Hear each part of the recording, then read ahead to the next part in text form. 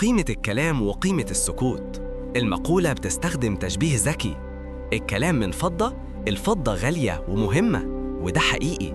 الكلام ضروري عشان نعبر ونفهم بعض. فالسكوت من ذهب. الذهب أغلى وأثمن من الفضة، وده معناه إن السكوت مش بس إنك ما تتكلمش، ده قيمة أعلى وقوة أكبر في أوقات معينة. قيمة الذهب في ندرته، وقيمة السكوت في حكمته وتوقيته. إمتى بيكون السكوت ذهب؟ السكوت بيكون أحسن من الكلام في المواقف دي. وقت الغضب، لما تكون متعصب، السكوت بيمنعك تقول كلام تندم عليه بعد كده. لما تبقى مش متأكد، السكوت ده دليل إنك حكيم. البني آدم العاقل مش بيتكلم في حاجة هو مش فاهمها كلها.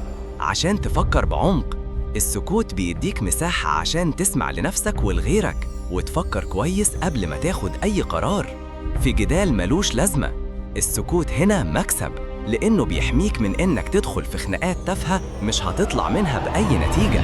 في المواقف الصعبة، الصمت في عز وجعك أو ألمك بيديلك قوة وكرامة.